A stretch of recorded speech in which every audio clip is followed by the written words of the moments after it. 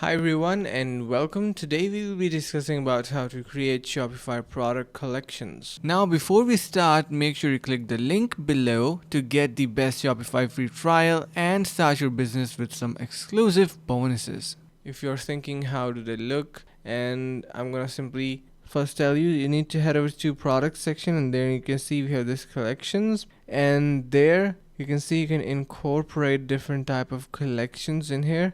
To create a new product collection, click on create collection, then enter the title. You can add a custom description, collection type, whether it is manual or automated, and products. So that will be creating your product collection, and I hope this is going to be helping you guys out. So you can see this is a sample one, and yeah, so that is pretty much it for how to create a Shopify product collections section. And hope this video was helpful. Finally, make sure to click the link in the description below to take advantage of our exclusive Shopify free trial to start your business right away.